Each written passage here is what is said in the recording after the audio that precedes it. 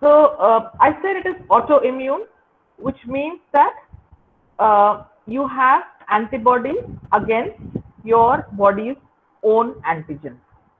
Uh, Now, this autoimmune disease, where there are antibodies acting or being produced against your own self antigen, triggers a whole chain of events which leads to inflammation.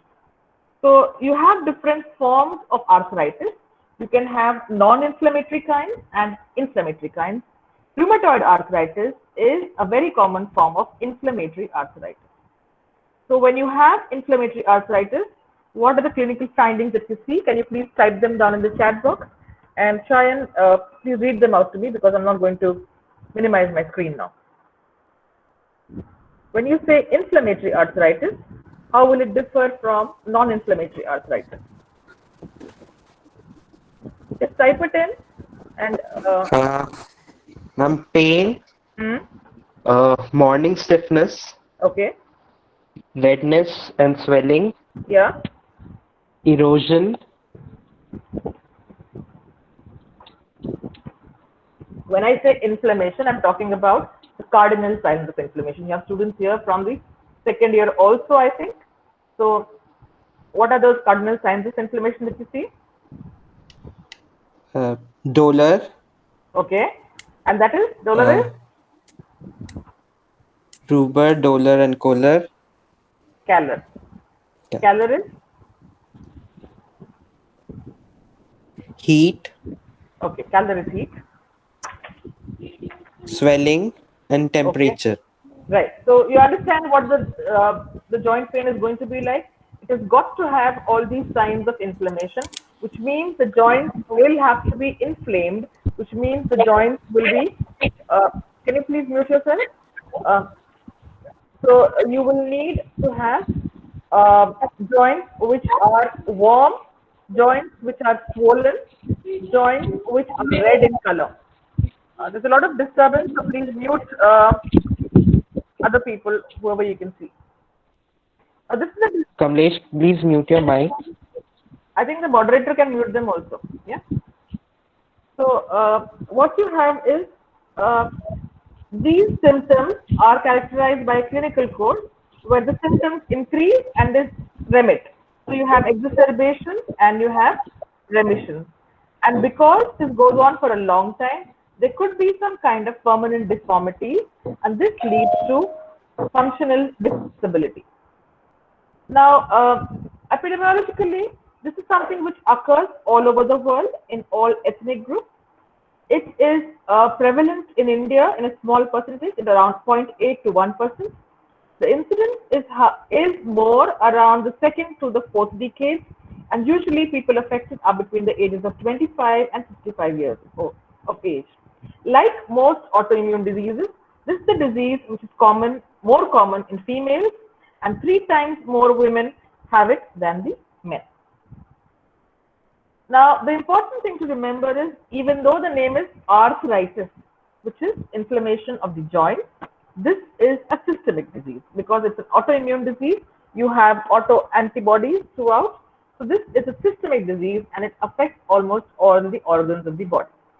Um, Now, what you have initially in most of the patients, in half the patients, is that the symptoms will be vague. Like most autoimmune diseases, it will start with vague symptoms, which are malaise, fatigue, generalized musculoskeletal pain. So this is seen in around 50% of patients. But as I said before, the principal site of involvement is the joint, and this joint involvement occurs after weeks to months of having these kind of vague symptoms. Now, what happens to the joints? As we saw, it's an inflammatory arthritis. The involved joints are swollen, they are warm, and they are painful. You can also have another joint condition of arthritis, which is osteoarthritis. Now, osteoarthritis is what kind of an inflammation? Is what kind of arthritis? It's a non-inflammatory arthritis, right? So there you will not see these symptoms of swelling, warm joints and painful joints. In both these conditions, you have morning joint stiffness. The moment a patient gets up in the morning, all his bones, all his joints feel stiff. But in the case of osteoarthritis, around 5 to 10 minutes after you get up and once you start moving about, once you start being active, the stiffness disappears. And you get most of the stiffness when you're tired at the end of the day in the evening. In rheumatoid arthritis, the patient does have morning joint stiffness, but what you have is that this stiffness does not disappear even if the patient is mobile. Typically, the patient will have progressive joint enlargement, like slowly the condition worsens, and then his mobility, that joint movement is going to be affected. There's going to be a decreased range of motion, and you have chronic waxing and waning course, like push in, he'll be fine. Later, symptoms will reduce. Again, the symptoms are going to flare up. So that kind of chronic waxing and waning course will be there. Now, this is the joint involvement classically is called non-suppurative, which means if there is effusion and if you're going to remove fluid from that and test it, you will not see suppuration means pus. So there is, in case of septic arthritis, you're going to see pus or you're going to see neutrophil. Here you will have a non-suppurative effusion. This is proliferative synovitis, which means the synovium. The synovium is the membrane that produces synovial fluid. The synovium starts to proliferate and becomes hyperplastic. And of course, you've seen that there is inflammation in the synovial membrane. The important things to remember is that what is the kind of synovitis? It is an inflammation of the joints and the synovial membrane, mostly of the synovial membrane. And the kind of synovitis here you get is non-suppurative, it's proliferative, and it's inflammatory. A typical way of distinguishing between rheumatoid arthritis and other forms of arthritis are that it's generally a symmetrical kind of inflammation involvement. So if you have one hand involved, the other hand will also be involved. If one knee is involved, the other knee will also be involved. And the usual joints which are affected are the small joints. The small joints are affected before the larger ones, and usually it is the hands and the feet. So all your carpal, metacarpal, and the phalanges, those are the bones which are going to be involved, and the joints between them are the ones which are involved. Once the small joints are involved, after that you have presence of inflammation in the wrist, ankles, elbows, and knees in that particular decreasing order. So it is the small joints followed by the wrist, followed by the ankle, followed by the elbows, and then the knees. So if you have long-standing arthritis, it will eventually, after a few years, it is going to lead to destruction of the articular cartilage. Very painful, it's crippling, movement is very restricted in these patients, and you have ankylosis. What is ankylosis? Can somebody write it in the chat box? What do you mean by ankylosis?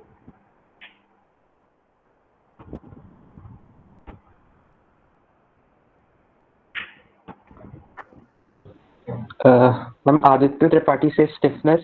Stiffness is a clinical finding, but what is ankylosis otherwise mean? Fusion. Fusion of what? Fusion is correct. Joint fusion of joints. Yeah. So between two bones, you have usually a gap in which there is synovial fluid. Now, when this gap is fused, when there's something between which causes either bone formation, ossification, or fibrosis, and this gap is reduced or fused, disappears, that is called as ankylosis. So these are once you have ankylosis, of course, the movement of the joint is going to be restricted.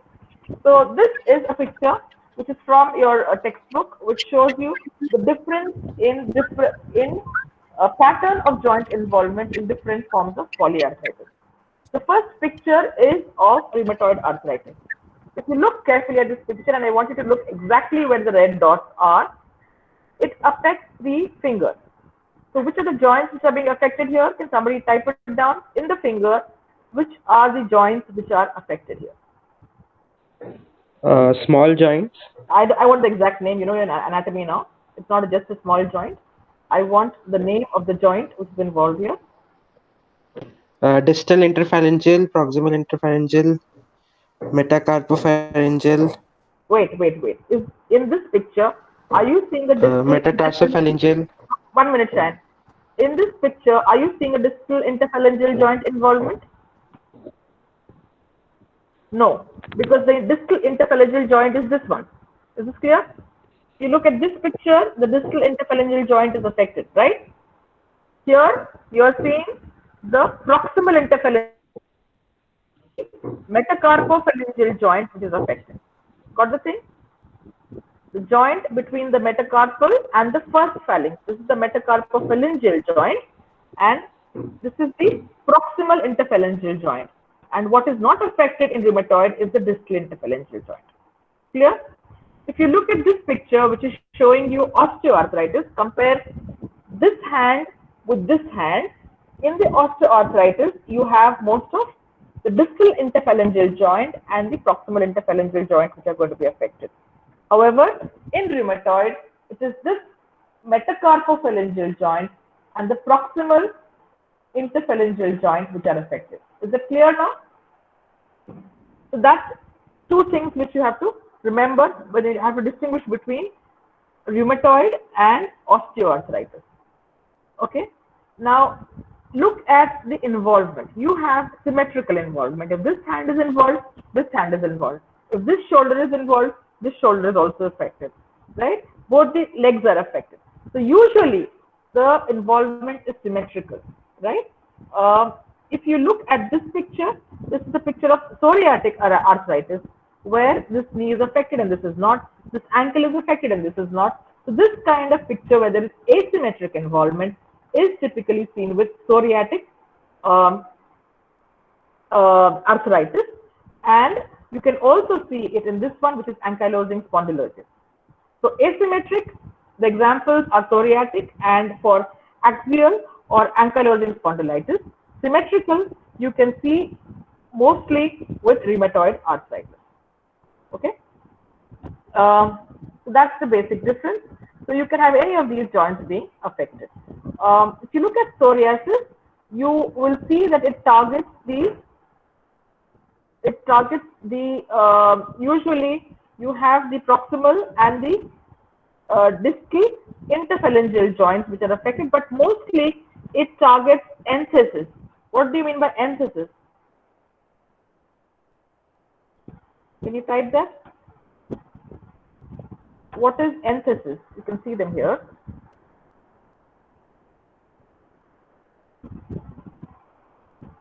Anybody? Any answers, or do you want me to tell the answer? What is enthesis? No answers yet.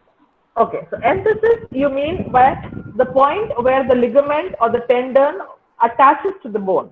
So that site of attachment is called an enthesis. So usually the inflammation in psoriasis is at the enthesis. So if you look here, it says psoriatic arthritis targets the proximal and distal interphalangeal joints of the hand, the enthesis, and the larger joints. Usually you have sometimes the proximal interphalangeal, distal interphalangeal joint affected, sometimes the proximal interphalangeal joint affected, but usually it is the larger joints which are affected. This ankylosing spondylitis, this is going to affect the spine.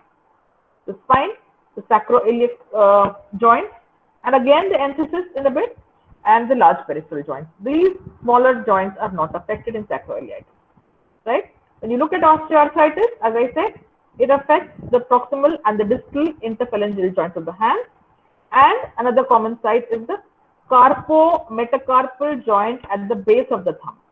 So, carpometacarpal joint at the base of the thumb. This is the site where commonly you see it in osteoarthritis, right? And also if you look at the base of the great toe, this carpometacarpal and carpometatarsus, what do you want to call it? This joint, the lowest one, these are the ones which are affected in osteoarthritis. Is this picture clear? They won't ask you this in pathology, but they will definitely ask you this in orthopedics and in clinical medicine. Right. So there are some beautiful names to remember when you look at hand involvement. I shouldn't say beautiful because it's very painful for the patient. It's very debilitating for the patient. And these are some of the hand involvement findings that you see in the case of rheumatoid arthritis. I think in orthopedics they'll teach you it better, but some of them, this disability occurs because there is inflammation in the tendons, the ligament, and the skeletal muscle. So it depends upon one, inflammation and then the fibrosis, and second, because these muscles are going to be destroyed by cause of so much of inflammation. So one is called the mallet finger. This is where there is a flexion in the distal interphalangeal. So you can see this bone is fine, but here there is a flexion. This is a permanent disability that you see with mallet finger. The second is called a boutonniere deformity. Boutonniere is a name, which is a French name. It means a bunch of flowers which you put in your buttonhole. So if you're going to go for your wedding, if in your buttonhole you want to look smart and you want to pin up a bunch of flowers, so what you do is you insert the stem of that bunch of flowers through that buttonhole. So the stem of those flowers is going to look like this. So here what you have is flexion in the proximal interphalangeal joint, and you have hyperextension in the distal interphalangeal joint. This is called a boutonniere deformity. This is one kind, and the exact opposite occurs in the swan neck deformity. This looks like the neck of a swan. I hope all of you know what a swan is. So here, the proximal interphalangeal joint is hyperextended, whereas there is a flexion in the distal interphalangeal joint. These are all your MCQ questions which will probably come up. What's the mallet finger, or what is the boutonniere deformity, or what is swan neck deformity, right? So if you have this kind of inflammation for a long time and you don't treat it, permanent deformities. And another one, you've talked about these two, but there is this one which is called the ulnar deviation of the metacarpophalangeal joint, where you have the deviation towards the ulna, right? So I think the orthopedicians will do a better job of telling you what these different deformities are. My function here is to tell you that inflammation of all the small tendons and ligaments in the hand. And if you're wondering why did they teach me so much of anatomy in first year about the hand and all the muscles, this is where it's going to be applied now. So you will need that kind of stuff of which tendon and which ligament is going to be involved in the case of rheumatoid arthritis. So as I said, it's not just about the joint.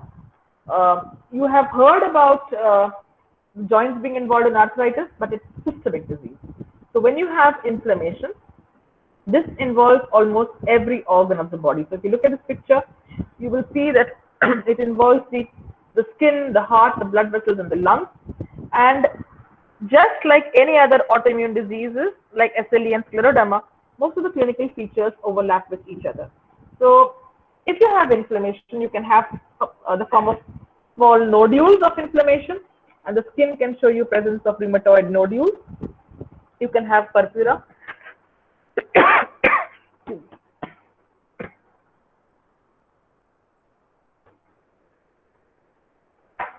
You can have purpura. The same kind of inflammation can happen in the eyes, where you have conjunctivitis, you have scleritis. You can have dry mouth, where you have xerostomia, you have periodontitis. The bones can be involved, and one bone which is involved is in the cervical spine. Now, when that happens, you can have neurological disturbance because there is defect there. I think medicine people will tell you this better. There are a number of hematological abnormalities, and I'll come to them later. Inflammation can be anywhere. So there is autoantibody, and this can affect the GIT as well. The bones can show you osteoporosis, right? So this affects most of the sites outside the bone, and I think the clinicians will tell you more about it. Now coming to my part, which is pathogenesis. What is happening here so that the real mechanism by which the entire body is going to be affected. Now, rheumatoid arthritis is a very complex disease. There is a lot we know. Right. So this is a complex disease. There's a lot we know about it, but there are some things we still don't know about it. What we know is that it is the reason behind it is that there is a genetic predisposition to the disease, plus there are environmental factors. So I'm trying to simplify this so that all of you understand, and I'll go a little slow from here because this is something you need to understand here. So it's a mix of genetic predisposition and environmental factors, and both these together contribute to the development of the disease, the way the disease progresses, and why it persists for a long time. Now, first coming to the genetic factors. Now, 50% of the risk of developing rheumatoid arthritis is because of inherited genetic susceptibility. We don't know what the exact mechanism is, but we do know that in families where you have rheumatoid arthritis, if your relatives have it, there's a good chance that you might also have it. But the real mechanism of how it is transmitted, we still don't know. What we do know is that there is a strong association with the HLA region. So if you have finished second MBBS and you know that the HLA stands for, of course, all of you know this. Human leukocyte antigen. Right. So the HLA complex is there on the short arm of chromosome 6. And if you look at this picture, you know that in the HLA region, you have class 1 MHC molecules, which are here. Can you see my pointer? Here, this is the class 1 molecule. These are the class 2 MHC molecules, and these are divided into DP, DQ, and DR. And HLA is associated with DR. Which DR? It is DR beta 1 molecule. So for your exam, you don't have to remember all these variations, but you do have to remember that HLA is associated, the rheumatoid arthritis is associated with HLA DR B1 molecule. Is that clear? That's your association. Now, where does the environmental factor come in? It is believed that rheumatoid arthritis occurs when you have an environmental stimulus. And this environmental stimulus could be either infection, or it could be smoking, or maybe there are things we don't know yet. And this environmental stimulus triggers autoimmunity in somebody who is already genetically susceptible. So maybe there is HLA, DR, beta 1 already there, and there is also some kind of an environmental stimulus. We don't know too much about what these environmental factors are, but we do know that if you are a cigarette smoker and you have rheumatoid arthritis, you are going to have a more severe disease. And even if you give treatment, the patients will not respond well to treatment. So cigarette smoking is a trigger that is involved in environmental factors. Now I'll go back and try to simplify the mechanism here and start with a little basic molecular biology. Just one slide, don't get worried. So normally DNA is converted to RNA, and this process is called as transcription. You know this? Now RNA is converted into proteins, and which are again amino acids, and this process is called as translation. But the protein which is formed at the end of translation is not a very mature protein. And you have to convert it into a mature protein. It has to undergo some kind of modification. And this modification is called post-translation modification. This is for any normal protein. Now, what happens in rheumatoid arthritis is that the protein here which is involved is arginine. So wherever there is arginine, the post-translation modification, the process is called as citrullination, and all arginine is converted into citrulline. This is another amino acid, and the enzyme which is working here is called peptidyl arginine deaminase. It's not aminase, it's iminase, or PAD. So the defect is in peptidyl arginine deaminase, and the mechanism is citrullination, which means that arginine is converted into citrulline. Clear so far, or you want me to repeat something? Put it in the chat box.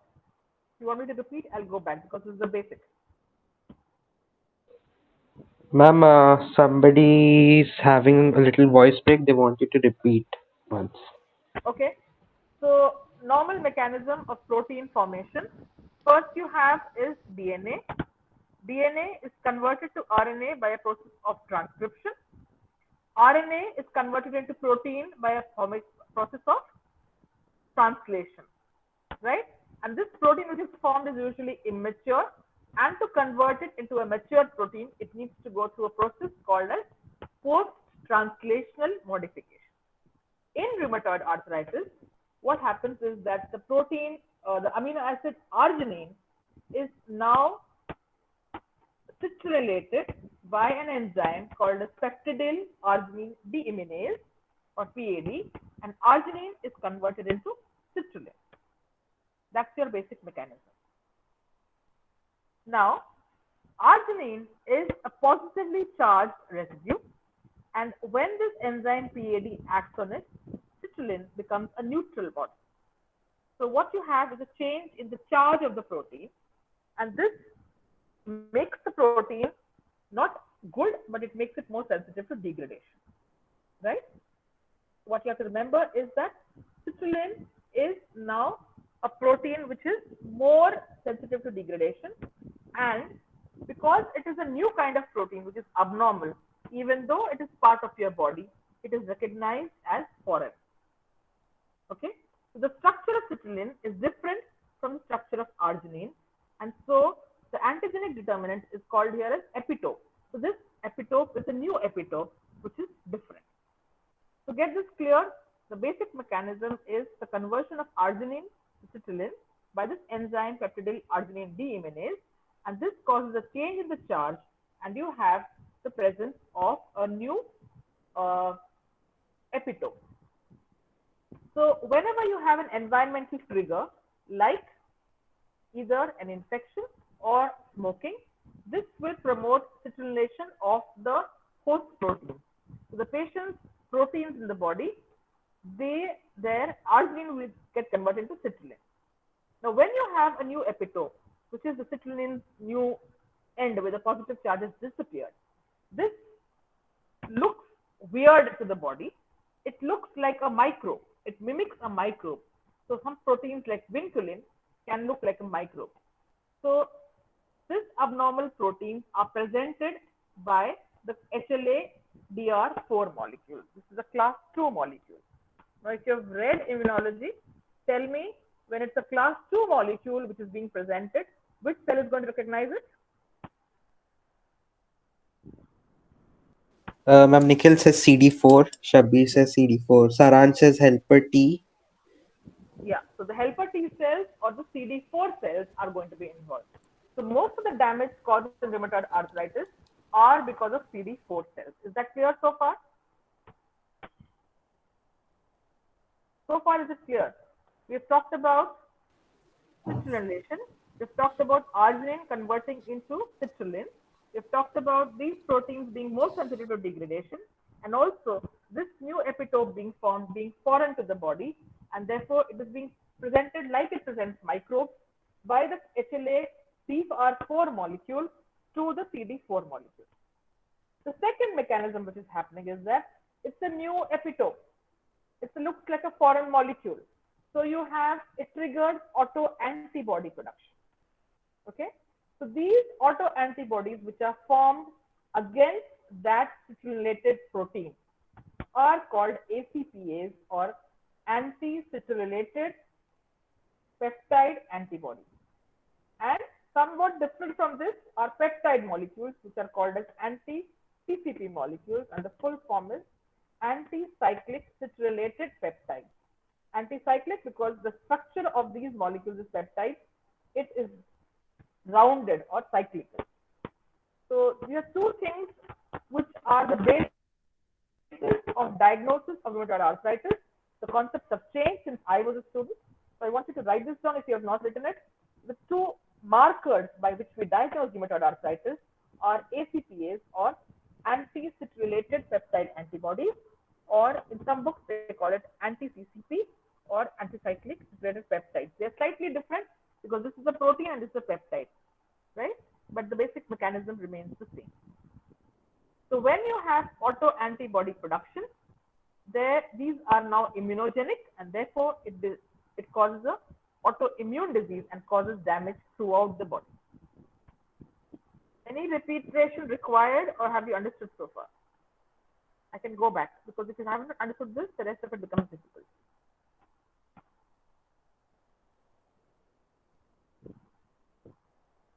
I think it's clear, ma'am. Okay, fine. Everybody So understood. these are the two antibodies you have to remember. They are almost the same, except that this is a protein and this is a peptide. Right. So why are these ACPAs so important? So these are specific for circulated peptides, and these are produced in the lymphoid organs, in the synovium, and in the joint. So wherever you have these kind of circulated proteins, there is going to be damage. Now, what you have to remember is that these proteins are part of fibrinogen, they are part of collagen, they are part of alpha enolase, and they are part of vimentin. So when these proteins are weak, when they can easily be degraded, they're going to have damage to all these parts. So mostly the joint and the bones, at least all the areas surrounding the joint, where you have fibrinogen and collagen and vimentin, these are all going to be easily destroyed. And this is why these are all you have present with those symptoms. Now, what you need to remember is that ACPAs are the go-to diagnostic markers, and these are seen in 70% of rheumatoid arthritis patients. So these are the markers too, which are presently used. And when you have ACPAs, the disease persists for a long time because there's a whole chain of reaction which goes on. It's like a vicious cycle where more inflammation and more inflammation happens. And we'll see how that happens. Now let's go Uh, back. Yeah, Excuse me, ma'am. tell me. Priya is asking what is Vimentin. Vimentin is an intermediate filament. You're in which year? So if you have heard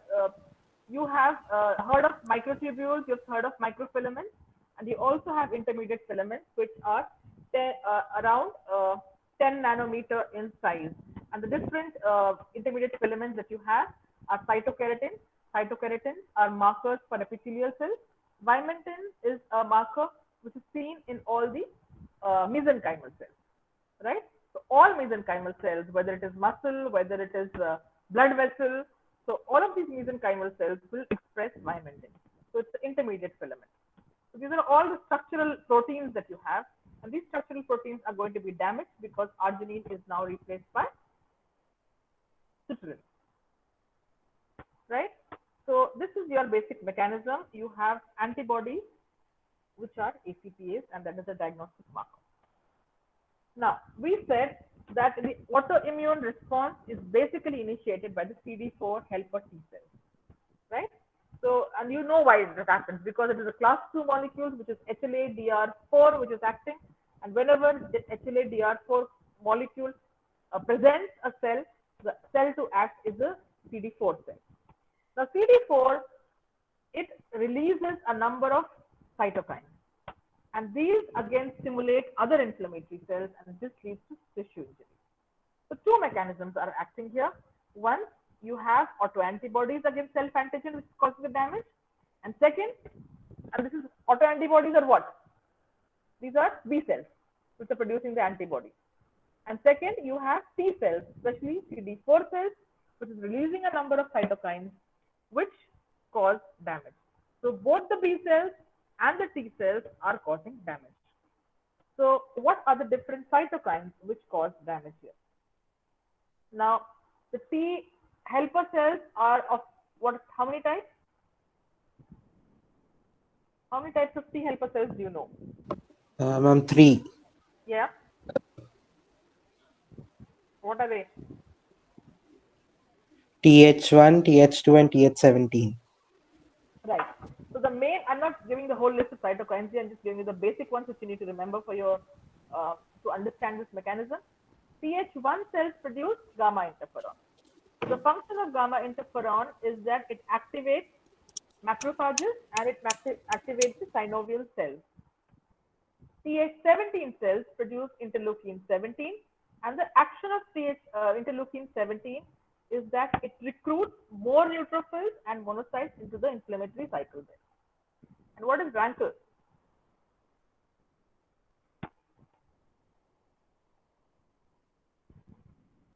final year. What is rankle?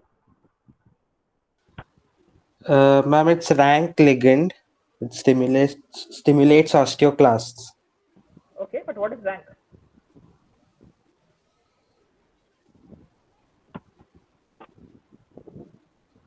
Rank is a receptor. Receptor. नाम RANK का full form तो होगा.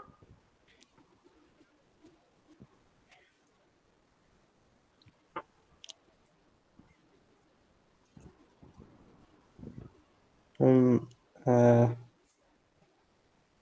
No quizzes here. It's a very frequently asked question in the quiz. Ma'am, receptor activator of nuclear kappa. Okay. So good. Well, who said that? Ma'am, Isha Deshpande. Yes, Isha, good. So you have a receptor activator against the nuclear factor kappa B. So this is a ligand for the receptor against nuclear factor for kappa B.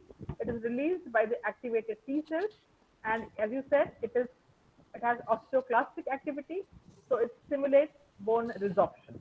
So all the painfulness that you see here is because of this one, where you have bony erosions because of bone resorption, and rankle plays a role there. The most important mediator, the cytokines, is what is TNF?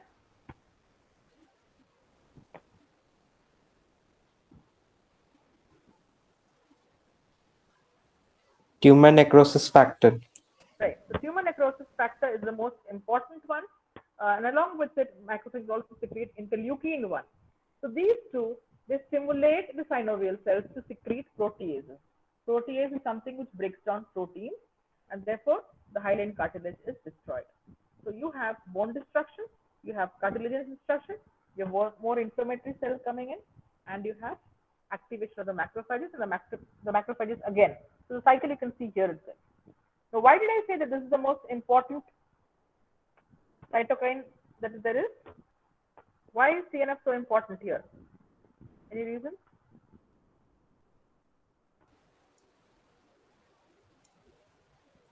Because of fibrosis, ma'am. Have any of you finished pharmacology of this? Do you understand that?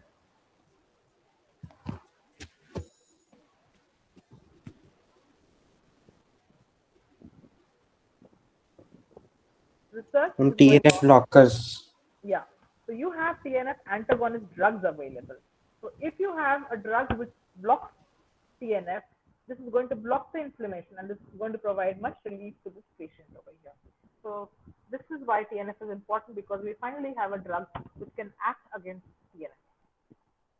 Right?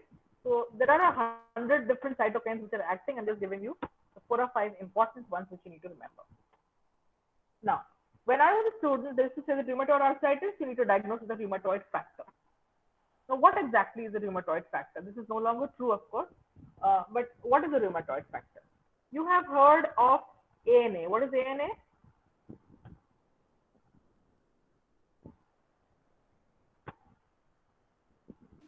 Anti-nuclear antibodies. Okay, so they are antibodies against the nucleus. You have heard of ANCA. What is ANCA?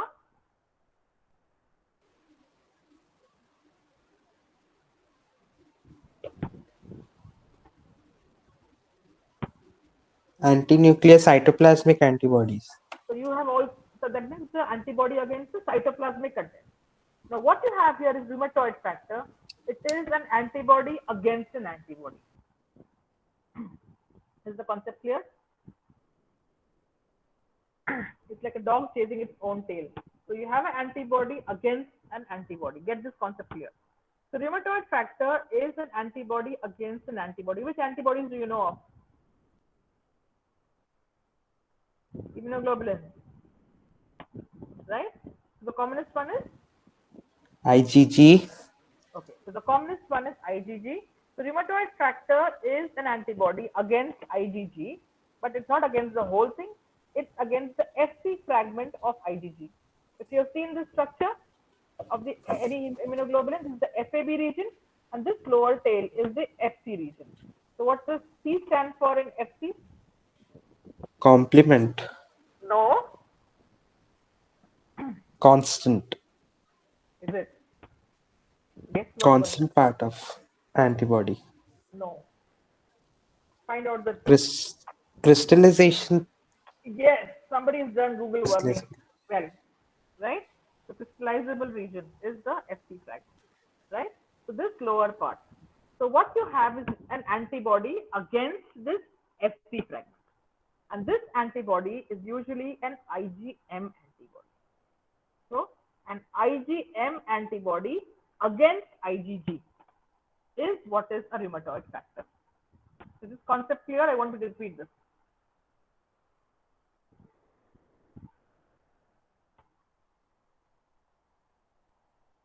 Ma'am, Aditya says please repeat. Okay. So a rheumatoid factor is basically an antibody against an antibody. And here it is an antibody against the Fc fragment of the IgG molecule.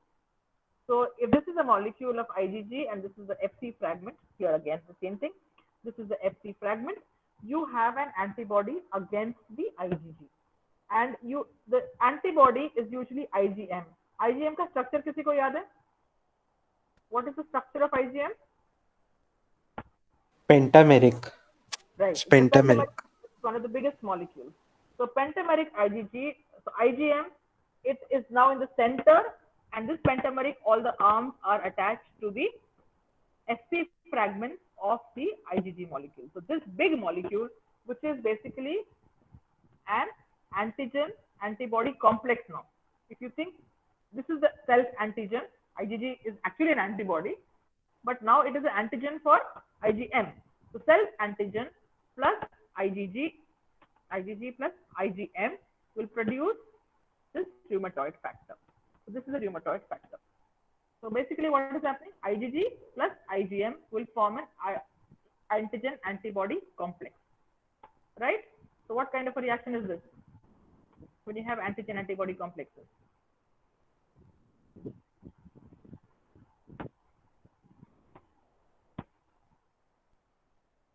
Type 2. Type 2 होता है Uh, antigen antibody complex? type type 3 hypersensitivity. Yeah, Type type 3. 3. So when you have antigen antibody complexes being formed, and this is basically IgM plus IgG, this will deposit in the joint or as in antigen antibody complexes. This will activate the complement, and when the complement system gets activated, this will release cytokines and cause damage to the synovium. So there is inflammation, there's going to be damage to the cartilage, and it's going to destroy the bone. So basically, the mechanism of a rheumatoid factor is antibody against the Fc fragment of IgG. So you've already studied first about ACPA antibodies, right? That is against citrulline. The second factor is rheumatoid factor. Now, rheumatoid factor initially was considered to be the diagnostic marker, but only 70% of patients with rheumatoid arthritis test positive. When you measure rheumatoid factor, we usually measure only IgM, though there are some tests by which you can measure all of them together, IgG, IgM, IgA, any of them. But commonly it is IgM which is measured. Now, rheumatoid arthritis factor का problem क्या है कि if the patient presents with nodules and extra-articular manifestations, then almost everybody is positive. But otherwise, if all the symptoms are not there outside the joint, only 70% of the patients show you positivity. But the bigger problem is a number of other conditions are also positive for rheumatoid factor. So classic MCQ question, what are the conditions associated with the positive rheumatoid factor? Other than rheumatoid arthritis, it's Sjogren's syndrome, it's mixed essential cryoglobulinemia, you have primary biliary cholangitis, you have infective endocarditis, you have SLE and tuberculosis. But the bigger problem is even normal healthy people, especially above the age of 65 years, 20% of them can show you rheumatoid factor. So this is not a very good test for diagnosis. However, if the patient has got extra-articular disease or if the person has severe disease, then you will get high levels or high titers of rheumatoid factor. But it is not at all a specific test. Okay. So if you have to choose between ACPA and rheumatoid factor, you will choose which one? You will choose ACPA. Why? Because ACPA दोनों का sensitivity एक ही है. 70% is sensitivity of rheumatoid factor, and 70% is sensitivity of ACPA. But ACPA का specificity 95% है. It does not occur in conditions other than rheumatoid arthritis. So when you have to choose, the preferred test is ACPA and not rheumatoid factor. The second important reason why you prefer ACPA is that they're associated with severe disease progression. If you have high levels of ACPA, you know the patient is going to have more severe symptoms.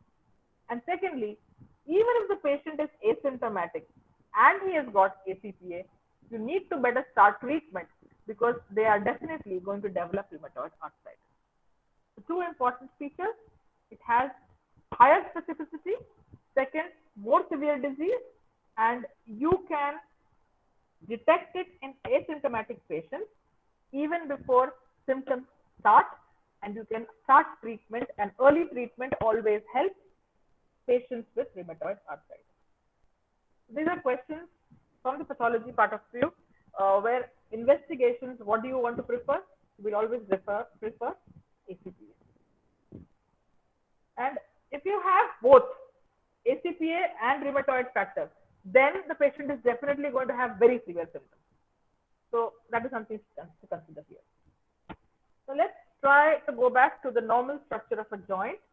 So you have one bone here, and there's a space between the two. Now this is the hyaline articular cartilage, and this part here that you have is the synovium. The synovium is important because the synovial membrane produces synovial fluid, which lubricates the joint. Now, in rheumatoid arthritis, what happens is that this synovial membrane becomes grossly edematous, thickened, and hyperplastic. This part is the normal joint. So this orange line that you see is the synovial membrane. It's only confined to the sides here. But in a case of rheumatoid arthritis, this is now growing here. It's hyperplastic. It's very thick. And because of all the inflammation, you always have edema, right? So instead of having a smooth contour here, you will have delicate and bulbous villi here. And you have all these cells which are creating a very toxic cocktail here and producing lots of inflammatory cytokines here. We'll see how that happens. You've seen already that you have immune complexes being formed and settling down on the joint. That's going to cause damage. You have plasma cells present here, and they are going to produce antibodies and which will again create a lot of problem here. Macrophages are going to produce a lot of cytokines. Lymphocytes are going to produce cytokines.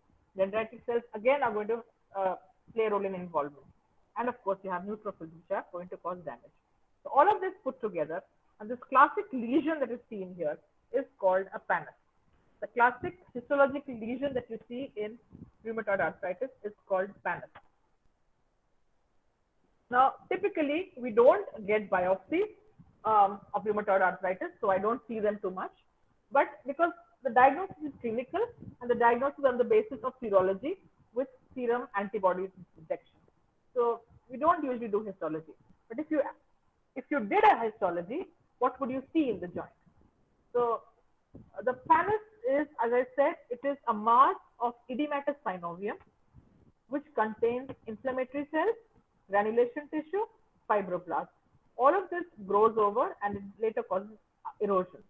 So basic mechanism क्या है? Autoimmunity से शुरू हुआ, but what you are having now is inflammation. So severe inflammation, chronic inflammation. So the synovium is showing you all these inflammatory cells, which leads to hyperplasia and proliferation. So you see dense inflammatory infiltrates, and classically you see lymphoid follicles. So these lymphoid follicles will contain CD4 helper cells, B lymphocytes, plasma cells, dendritic cells, and macrophages. And because there is inflammation and there is granulation tissue, as a trying to heal that inflammation, you will see increased vascularity. So vascularity, because of new blood vessel formation, all that is going to make the joint red in color.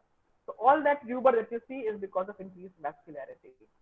Now this is a lot of inflammation here, and you will have fibrinopurulent exudate on the synovium and the joint surfaces. So all these inflammatory cells will cause erosion of the articular cartilage. So you see these finger-like projections, the villi-like projections that you see. The synovium forms these tall projections. As I said before, they have all these inflammatory cells here. Now, lymphoid follicles तो होते हैं इसके अंदर, but you will see germinal centers also with secondary follicular formation. Just like lymph nodes, you will see a secondary follicle formation with lots of plasma cells. Plasma cells present here, I said before, they secrete antibodies. T cells produce cytokines, and B cells produce lots of autoantibodies, including rheumatoid factor and ACPase. Now let's see what happens to the macrophages. Now all these cells are there.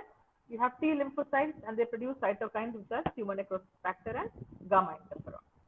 So these two cytokines will activate the macrophages. Okay, so you see the cycle now.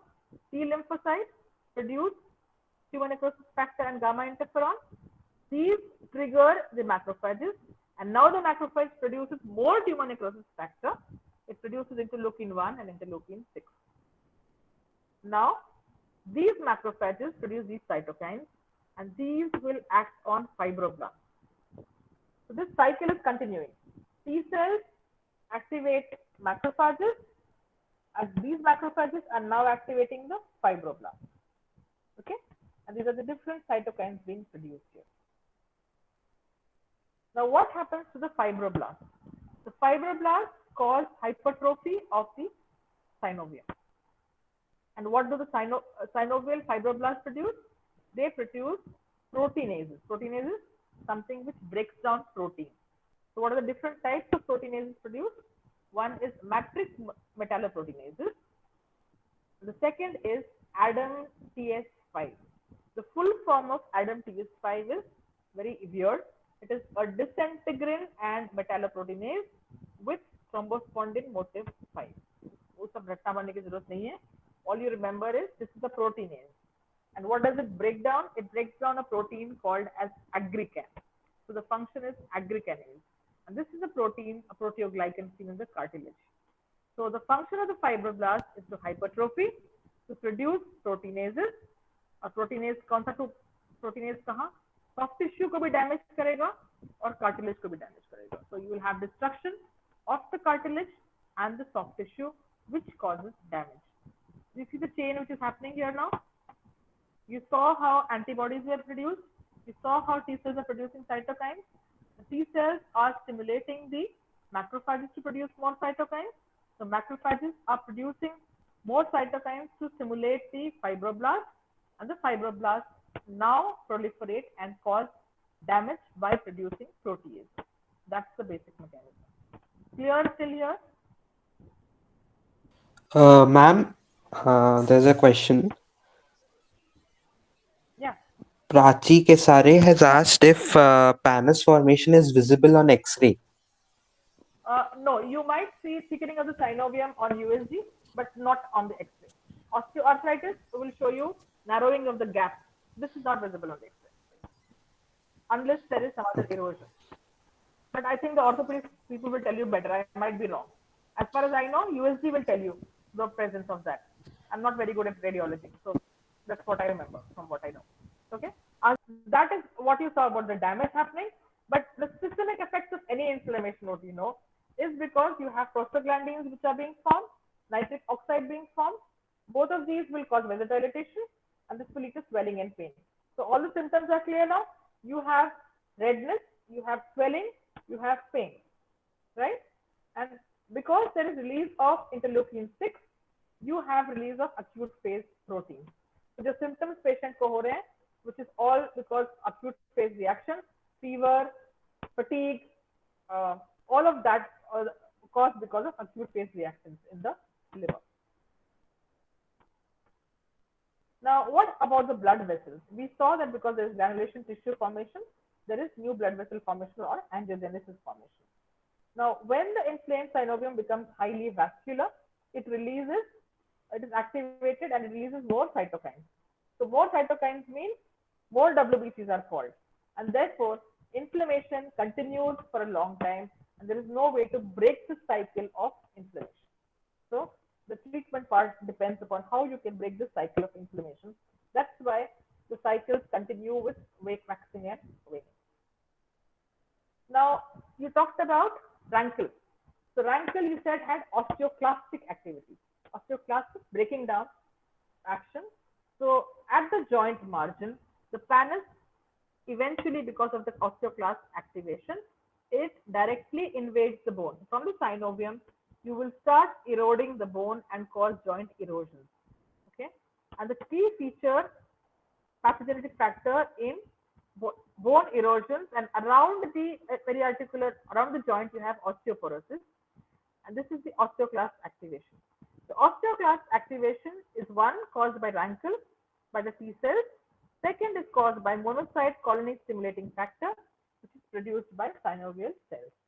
So osteoclast activation is the reason why you will have bone erosion, and this is usually in the late stage, and these erosions are visible on the X-ray, not just the pannus formation. So when you have periosteocular osteoporosis or erosions, then this will be visible in the X-ray.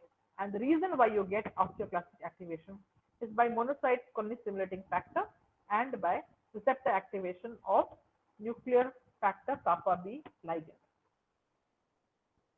So I don't know too much of radiology, but basically you get joint effusions, you get osteopenia and osteoporosis, you get erosions around the joint, and this joint space is narrowed here. So usually what happens is it is the carpal joints which are affected, or the metacarpal, or the phalangeal, or the interphalangeal joints, and there is loss of the cartilage because of damage, because of proteases. So these are things which you can see on radiology. Ask the orthopedicians when they come day after tomorrow. Now, when you have so much of damage to the cartilage, then as a process of inflammation, there is fibrosis.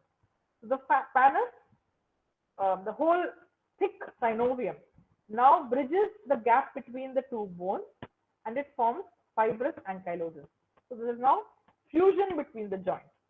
So till there is fibrosis, at least there is some kind of movement involved, but eventually this fibrosis ossifies. It results in bone formation.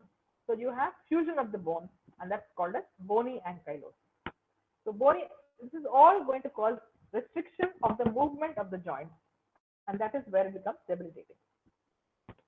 So if you look at the difference between rheumatoid arthritis and osteoarthritis, in osteoarthritis there is no ankylosis formation, but here you will have this kind of fibrous ankylosis, and if this ossifies, it's this kind of, the bone kind of joins between these two. So you have bone formation. The gap is completely going to be narrowed here. Here there are bony spurs being formed, and the whole gap is reduced in osteoarthritis. Here you have pannus formation, and the cartilage is eroded here. So these are basic differences in these two, and I think you should ask the orthopedicians best about how they differentiate between these two. So the third is, because you have proteases, they will also affect the muscles. So muscles adjust, and you also saw about citrulline. Citrulline also is something which degrades fast. So muscles adjacent to the inflamed joints atrophy, and they also can be inflammation in the muscles because of lymphocytes, and progressively there will be more and more dysfunction, and there can be destruction of this. Mostly it affects the small joints.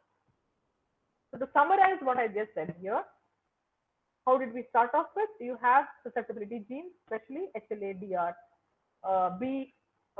beta 1, now HLA-DR4 B1 beta 1. This causes unregulated lymphocyte activation. The second factor is infection and environmental factors like and other factors like smoking. These trigger off and cause enzymatic modification or citrullination of proteins. So what you have is both T cell response and B cell response. So T cells, you have T helper cells producing cytokines, and you have T helper Th1 and Th17 producing cytokines, and you have antibodies producing autoantibodies. Now, in the joint, you have all of this together, the lymphocytes, the antibodies, and the immune complexes also. So these release proteases and cytokines, which causes destruction of the bone. Then there are activation of the fibroblasts and the synoviocytes. All of this leads to pannus formation and destruction of the bone and the cartilage. And of course, you are seeing proliferation of the synovial cells and the fibroblasts here, which is happening. And to give you a bigger picture, let's go very slowly here. You have the host proteins, which is arginine. The arginine is now converted by the form of environmental triggers. Protein is modified, it becomes citrulline. This has a new epitope formation, which is foreign to the body. And so this protein, this abnormal protein, or is now presented to the T cells by dendritic cells and the B cells. Again, what is acting here is HLA-DR, or the class 2 antigen. So here you have the T cells which are acting, mostly CD4 cells which are acting here. Let's finish this part first. So when the B cells are activated, these activated cells will now lead to the plasma cells, formation of plasma cells. Plasma cells produce antibodies, autoantibodies, which are your rheumatoid factor. And then you have production of immune complexes. These complexes settle down in the blood vessels and lead to vasculitis. Excuse me. Come here to the T cells. The activated T cells, these will produce cytokines TNF alpha and gamma interferon, and these activate the macrophages. The macrophage now produces more cytokines TNF alpha, interleukin 1 and 6, and these are going to activate the fibroblasts, right? The other action of macrophages and TNF alpha is the acute phase reactants, will cause acute phase reactants to be produced by the liver, and these gives you symptoms. Coming back to the synovial fibroblasts, these fibroblasts produce prostaglandins and nitric oxide, which causes pain and vasodilation, causing redness. The fibroblasts here proliferate, and they cause protease formation, matrix metalloproteinases and Adams TS5. So these proteinases will cause damage of the cartilage and cause breakdown here. Now here you have these fibroblasts producing monocyte colony stimulating factor, and they stimulate osteoclast. Activated T cells also produce rankle. This also stimulates the osteoclast. Both of these, MTSF and rankle, these two cause bony erosion. This is your whole mechanism, and I hope this explains all the symptoms and signs that the patient is having. Okay. Now, because there is inflammation in a number of places, inflammation can take the form of nodules. And the classic lesion that you see is called a rheumatoid nodule.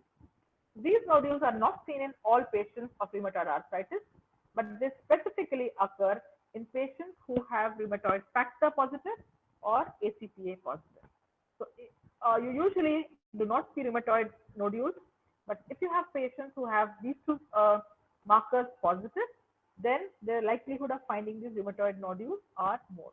The small, firm, painless nodules, and they are round to oval, and typically you find them in the subcutaneous tissue of the forearm, especially they affect the extensor tendons, so around the elbow, around the occiput, and in the lumbosacral region. You might see that it's not never so visible. This is for a classic picture.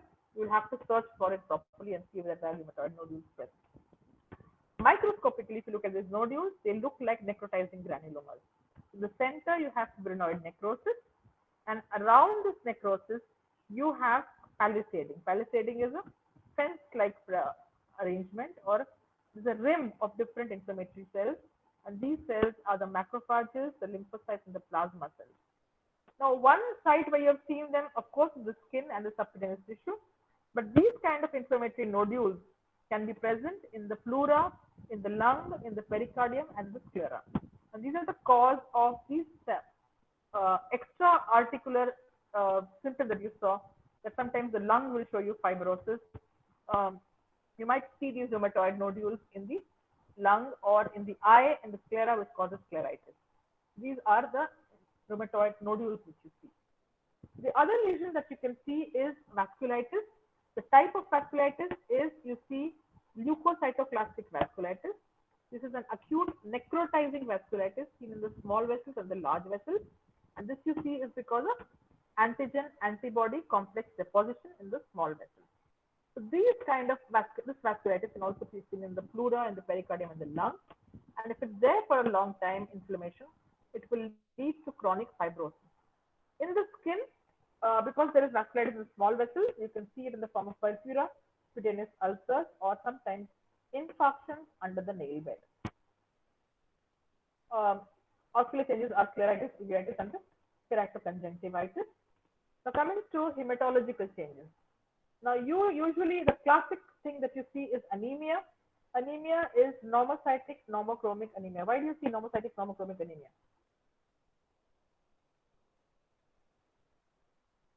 What kind of anemia is this?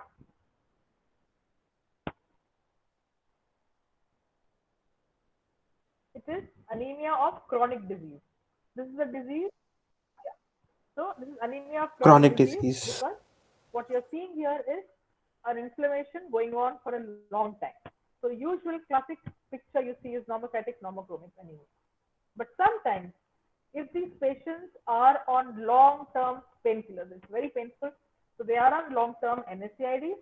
So if you have GI bleed inside, then you might be having bleeding, and that could lead to iron deficiency. And sometimes these patients will show you microcytic anemia. But classically, the classic anemia you get is normocytic normochromic anemia. So one another complication of people who are positive for um, ACPA and rheumatoid factor is Felty syndrome. Felty syndrome usually presents with triad of rheumatoid arthritis, splenomegaly, neutropenia, and thrombocytopenia. So the risk factor is usually in patients from 50 to 70 years, um, and usually in common with patients with rheumatoid factor positive and somebody who has long-standing rheumatoid arthritis. Commonly, Felty syndrome will present with splenomegaly, lymphadenopathy also, and inflammation throughout the body. But the lab findings, which is important to me, is normochromic normocytic anemia, neutropenia, and thrombocytopenia. I think Samir will talk more about this tomorrow. There can be other complications. As you have learned earlier, when you have long-standing inflammation, the liver produces SAA protein, serum amyloid associated protein. So you can have secondary amyloidosis with cases of rheumatoid arthritis. These days, I mean, if the patient is not on treatment, you will still get it. In the kidney, you end up with membranous glomerulopathy, and the patient can present with nephrotic syndrome. Patients can usually have lymphadenopathy, but the thing to be worried about is if you have a persistent large lymph node, think about a lymphoma, which also can occur in these patients as a complication. So the way you diagnose rheumatoid arthritis is clinical. So I don't get biopsies usually. So clinically, there is this criteria which I think Samir will talk about tomorrow. And what they do? They count the number of joints involved. So everything has a score here. So is it one joint with the monoarthritic involvement? Is it oligoarthritic involvement? Or are more than 10 joints involved? So depending on that, you give a score. Okay. Next, you look at serology. So serology, are both the markers rheumatoid factor and ACPA negative? 0. If both of them rheumatoid factor or ACPA are present positive, but titers are low, you give 2. If there are high titers of both of these factors, then you give a score of 3. Uh, the usual thing is symptoms have to be above 6 weeks, right? And then these are not very specific because ESR is a useless investigation, and CRP is okay, but it's again not very great. So if you have increased ESR or CRP, you give a score of 1. So you add up all these scores, and if your score is more than or equal to 6, these patients are considered to have definite rheumatoid arthritis. The diagnosis of rheumatoid arthritis is mostly clinical, but you will need serology for that. This is where the pathologist comes in. Right. So how would you like to investigate this? One is you're going to first, you have to establish the diagnosis. So to know whether the patient has actually got rheumatoid arthritis, you use the clinical criteria, which I just talked about. ESR and C-reactive protein are raised, but these are very non-specific things. They're not very great. You don't usually require USG or MRI, but in case you have Baker's cyst or some other kind of synovial thing, so because in case where it is not clear, अगर उसको symptoms नहीं है, swelling नहीं है, then you will require USG, but otherwise you don't require these two tests. What really works is anti-citrullinase peptide antibodies or ACPA. Rheumatoid factor, I told you, is not very sensitive, not very specific. But if you don't have rheumatoid factor, it rules out almost presence of you're having rheumatoid arthritis. Okay. So second thing is, what investigations will you need to monitor the disease activity and the drug efficacy? I don't know too much about this, but I think tomorrow Samir will tell you about how pain is measured, how you measure the morning stiffness and the joint tenderness. But they use this thing called the disease activity score. So this is the DA28 score, where they count the number of swollen joints, they count the number of painful joints, they see the ESR of the C-reactive protein, and then there's a calculator where they put the data inside that, and then they get a score, and that will tell you what is the disease activity. To monitor the damage of the disease, whether there is maximum damage occurring, what we do is X-ray. And to see whether the drug safety is there or not, you have to keep doing CBC, and because this will be dealt with by the medicine people. I'm not going in there. Okay, so the basic message I want to give you is you need to diagnose the disease early, because this requires early treatment and early interventions, because the defects are debilitating here. And because we have treatment, and treatment is very aggressive, it has to be started early. And I think all of this will be dealt with tomorrow and day after tomorrow. So I'll stop here, and thank you very much. If there are any questions, I'll be glad to take them.